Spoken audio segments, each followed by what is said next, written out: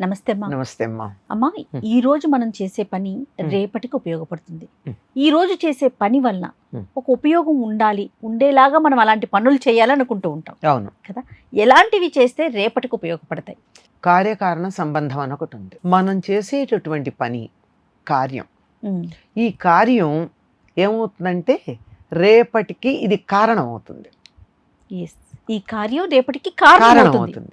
కారణమయ్యి దానివల్ల మనం ఇంకో కార్యం చేస్తాం. ఆ కార్యం మళ్ళీ తర్వాత కారణం అవుతుంది. ఉదాహరణకి మనం ఇవాళ భోజనం చేసాం, మంచి రుచికరమైన ఆరోగ్యకరమైన బలవర్ధకమైన ఆహారం తిన్నాం, రేపటికి బాగానే ఉంటాం. అప్పుడు ఏమైంది, బాగా ఉండడం వల్ల ఎన్నో పనులు చేసుకుంటాం, మళ్ళీ మంచి ఆహారం తింటాం. అట్లా కాకుండా బయటికి వెళ్ళి ఇప్పుడు మనకు చెప్తున్నారు కదా, ఇవి తినద్దు అని చెప్తున్నారు, చాలా భయంకరంగా ఉంటున్నాయి. అటువంటి ఆహారం పొరపాటున తిన్నామనుకోండి, తింటే ఏమవుతోంది, రేపు లేవలేకపోతున్నాం. అంటే ఇవాళ చేసినటువంటి పని రేపటికి కారణమైంది. ఇవాల్టి కార్యం రేపటికి కారణమైంది. కరెక్ట్. ఇవాల్టి కార్యం రేపటికి కారణమైంది. ఆ కారణం వల్ల ఏం చేస్తున్నాం, ఆ పూట పస్తుండడము, కడుపు నొప్పి వస్తే పస్తుంటాం, అది ఇంకేదన్నా ఇబ్బంది పెడితే మందులు వేసుకుంటాం, ఇంకా ఎక్కువ ఇబ్బంది పెడితే హాస్పిటల్కి వెడతాం. అంతే. అవన్నీ కార్యాలు. ఇవాళ తినడం అనే పని కార్యం రేపు చేసేటటువంటి ఆ కార్యాలకి కారణమైంది. అంటే మంచి అయినా చెడైనా మనం వాళ్ళు ఒకటి చేస్తే దాని ఫలితం తర్వాత అనుభవిస్తాం. కనుక ఎప్పుడూ సుఖంగా ఉండాలంటే ఏం చెయ్యాలి, మంచి పనులు చేయాలి. ఇందాక మీరు చెప్పిన ఉదాహరణ ఉంది, ఒక విత్తనం నాటితే చెట్టు అయ్యింది, ఎంతో మందికి ఉపయోగపడుతుంది. కానీ ఇది మనకి ఎంత జరిగిందండి, మన పూర్వులు మామిడి చెట్టు వేస్తే కదా మనం ఈనాడు మామిడి పళ్ళు తింటున్నాం. 4 ఏళ్ళు 5 ఏళ్ల పిల్లవాడు మామిడి పండు తింటున్నాడంటే వాడు చెట్టు నాటి కాదు కదా, దాని చెట్టుని పెంచి ఆ పండు తింటలేదు కదా. అతను ఎవరో చెట్టు నాటితే ఆ చెట్టుని ఇంకెవరో పోషిస్తే, వాళ్ళు ఎవరో పోషిస్తే దాని ఫలితాన్ని వాళ్ళ పిల్లవాడు పండు తినడం అయింది. నేను అలా తిన్నాను గనక నే నాటిన చెట్టు పండునే తింటలేదు. అవును. అందువల్ల ఏం చెయ్యాలి, దీనికి కృతజ్ఞతగా మనం ఆ చెట్టు ఎవరు నాటారో మనకి తెలియదు. కరెక్ట్ అమ్మా.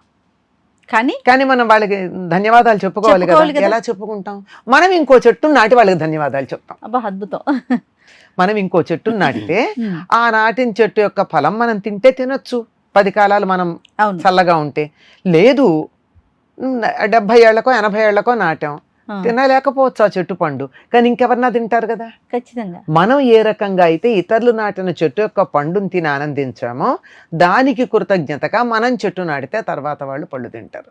ఇది భౌతికంగా మీరు చెప్పిన విత్తనం ఉదాహరణకి నేను చెప్తున్నాను. అదే పనులన్నిటికీ అలాగే ఉంది. ఇతరులకి సహాయం చేశాం, దాని ఫలితం నేనైనా అనుభవిస్తాను, నా పిల్లలైనా అనుభవిస్తారు, కాకపోతే నా సమాజమైనా అనుభవిస్తుంది, దేశమైనా అనుభవిస్తుంది. ఆ భావన ఉండాలి కదా. ఆ భావన ఉండాలి. కానీ మనం చేసేటటువంటి మంచి పనుల యొక్క ఫలితం ఎవరైనా అనుభవించవచ్చు, అందరిలో మనం కూడా ఉంటాం. ఆ సమాజంలో మనం ఉన్నాం కదా. నేను లేకపోయినా నా పిల్లలు ఉంటారు, నా మనవాళ్ళు ఉంటారు, నా తర్వాత తరం ఉంటారు, నా వాళ్ళు ఉంటారు, నా బంధువులు ఉంటారు, నా మిత్రులు ఉంటారు, నా దేశవాసులు ఉంటారు, వీళ్ళందరికీ ఉపయోగపడుతుంది కదా. కనుక మంచి ఫలితాలు ఇచ్చేటటువంటి పనులను చెయ్యాలి అనే సంగతి ఈ ఒక్క సిద్ధాంతం, చిన్న విషయం మనం అర్థం చేసుకుంటే తెలుస్తుంది. ఆవేశంతో కోపంతో చెట్టు కొమ్మలు నరికేస్తే ఏం జరుగుతుంది, నీకు ఉండదు, ఇతరులతో పాటు కుదేలైపోతాం. అంతే కదా, నీకు కూడా ఉండదు, అందరితో పాటు అయిపోతావు. కనుక ఎప్పుడూ కూడా వీలైనంత వరకు మంచి పనులు చేద్దాం. ఈ మంచి పనులు ఎందుకు చెయ్యాలి, ఏదీ చేయకుండా ఉండలేం కదా. కాబట్టి చేసేదేదో మంచిదే చేద్దాం. ఖాళీగా కూర్చోగలమా, ఏమీ లేకపోతే ఏం చేస్తున్నావు అంటే చాలా మంది చెప్తారు, ఏం చెయ్యట్లేదంటారు. ఏం చేయట్లేదా, చేయకుండా ఎట్లా ఉన్నా గాలి పీలుస్తున్నావు కదా, నువ్వు తిన్నటువంటి ఆహారాన్ని అరిగించుకుంటున్నావు కదా, నీ బుర్రలో ఆలోచన ఉంది కదా, అక్కడ కూర్చుని ఎవరు పెడుతున్నారో వీధిలో శబ్దం ఏమిటో ఆలోచన చేస్తూనే ఉన్నావు కదా, ఆలోచన అన్న పనన్నా చేస్తున్నావుగా, ఏం చేయకుండా ఎక్కడున్నావు. కనుక ఆ చేసేది ఏదో మంచిది చేయొచ్చుగా. వీధిలో పోయే శబ్దాల గురించి ఆలోచించే బదులు 10 మందికి మంచి జరగాలి, దేశం బాగుపడాలి, యుద్ధం ఆగాలి, ఇలాంటి ఆలోచనలు చేయొచ్చు. అంటే ఈ రోజు అనేది రేపటికి ఉపయోగకరంగా ఉండేలాగా మర్చుకోవాలి కదా. అంతే. ఇంకో సంగతి ఏమిటంటే ఈ రోజు రేపటికి ఉపయోగపడేటట్టు ఉండేట్టుగా మనం చేసినప్పుడు ఇవాళ కూడా ఆనందంగా ఉంటాం. ఖచ్చితంగాను. అది మర్చిపోతున్నారు. అవునమ్మా. రేపటి గురించి చేసేది రేపేదో ఆస్తి సంపాదిస్తాను, మరోటి ఆలోచించి వాళ్ళ మీద పగట్లా తీర్చుకోవాలి, వీళ్ళని ఎట్లా అణగదొక్కాలి, ఈ దేశాన్ని ఏం చెయ్యాలి, ఆ వాళ్ళ ఖాందానే లేకుండా చెయ్యాలి, ఇలాంటి ఆలోచనలు చేస్తే ఆ మొహంలో తేడా కనపడుతుందా లేదా? అలాంటి ఆలోచన చేసిన వాళ్ళకి లేదు. అందరూ బాగుండాలి. ఎవరిలో ఎక్కడ ఏ దురాలోచన కలిగినా ఆ ఆలోచన పోతే బాగుండు. 10 మంది మేలు గురించి అందరూ ప్రయత్నం చేస్తే బాగుండు. నా వల్ల నాకు ఏదైనా చేతైతే చేస్తా, లేవలేను, వీధిలోకి వెళ్ళలేను, యుద్ధం చేయలేను, 10 మందిని కూడగట్టుకోలేను, కానీ నేనేం చేయగలను? వాళ్ళ మనస్సులు బాగుండాలని ప్రార్థన కోరుకోగలను. ఈ పని తపస్సు అంటే అంతే కదా. అవునమ్మా. 10 మంది మేలు కోసం చేసినటువంటి అరణ్యాల్లో కూర్చొని చేసిన వాళ్ళు చేసిన తపస్సు వల్ల కళ్యాణం కోసమే, లోక కళ్యాణం కోసం చేసేదే కదా. కనుక సర్వే జనా సుఖినో భవంతు అనుకుంటూ ఉండండి. ఆ మాటల్లోనే ఉంది. ఆ పదం అర్థం మాట నుంచి దానికి వాడినటువంటి అక్షరాలు ఉన్నాయే, ఆ అక్షరాలకు ఉన్నటువంటి శక్తి ఇంత అంతా కాదు. ఇది సర్వే జనా సుఖినో భవంతు అన్న దాంట్లో అది ఉచ్చరిస్తూ ఉన్నప్పుడు వచ్చే సౌండ్ వైబ్రేషన్స్ ఉన్నాయే, వాటికి వాతావరణాన్ని పాజిటివ్ గా మార్చే శక్తి ఉంది. అందుకని ఆ మాట అనాలి. చాలా మంచి విషయం ఇది. మనం కావాలంటే సర్వేజన సుఖినో భవంతు అనుకుంటూ ఉందాం, అందరూ బాగుండాలి అనుకుందాం. పోనీ తెలుగులో చెప్పుకోవాలంటే అందరిలో నేను కూడా ఉంటాను కదా, నా వాళ్ళందరూ ఉంటారు కదా. అంచేత ఏదో ఒకటి బాగుండాలని ఆలోచిద్దాం. ఇవాళ చేసే పని రేపటికి ఎట్లా ఉపయోగపడుతుందని ఆలోచిస్తాం. ఇంకా చాలా ప్రాక్టికల్గా చెప్పాలంటే మన వాళ్ళు పూర్వకాలం ఏం చేసేవారమ్మా, బావి దగ్గర నీళ్లు ఉండేవి, బావులు ఉండేవి, బావి దగ్గర పనులు చేసుకునేవారు.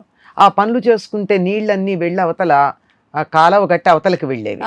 వెళ్ళి అక్కడ ఏ అరటి మొక్కో పెట్టుకునేవారు, వాటిలో ఉండేవి. తర్వాత ఏం జరిగేది, కొంచెం దూరంగా వెళ్ళిన తర్వాత ఆ నేలలో ఫిల్టర్ అయ్యి బావి నిండా నీళ్ళు వచ్చేవి.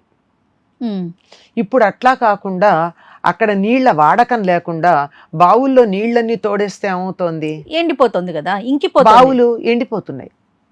అక్కడ నీళ్లు పక్కన నీళ్లు వాడి అది నేలలోకి ఇంకితే ఇవాళ మనం వాడిన నీళ్లు నేలలోకి ఇంకేట్టుగా చేస్తే రేపు మనకి నీళ్లు ఉంటున్నాయి. తేమ కనిపించట్లేదు కదా, కనిపించట్లేదు కదా, అంతా కాంక్రీట్ జంగిలైంది కదా.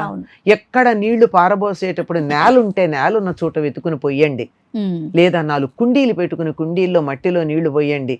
అవి ఆక్సిజన్ వస్తుంది మొక్కలకి. ఆ తర్వాత నేలల్లో మీరు కుండీలో నీళ్లు పోసినప్పుడు అవి అయ్యి వాతావరణంలో కొద్దిగా తేమ వస్తుంది. ఇలాంటివి చేయమని చెబుతున్నా. అలా ప్రతి చిన్నది కూడా ఉదాహరణకి చెప్పాను. ఇలా ఇవాళ వాడిన నీళ్లు నేలలో ఇంకేటు చేస్తే రేపు పొద్దున మనకి నీళ్లు ఉంటున్నాయి.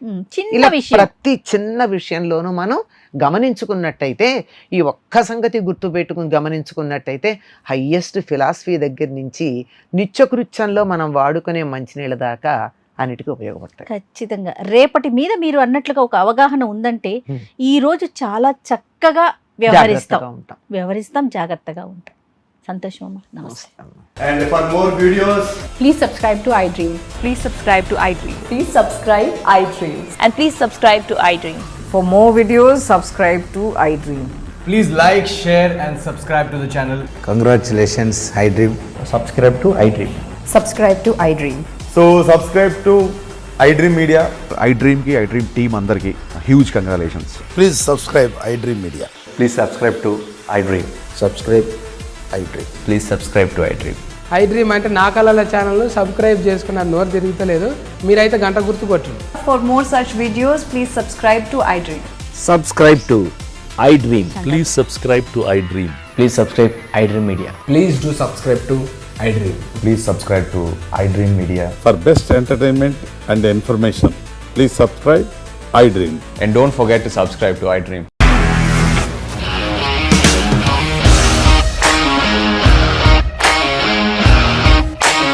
ఇండస్ట్రీలో కమిట్మెంట్ ఇష్యూస్ వస్తే నీకు కూడా వచ్చినట్టు మార్నింగ్ తీసుకెళ్ళాలంటే కొట్టి పడేసాడు.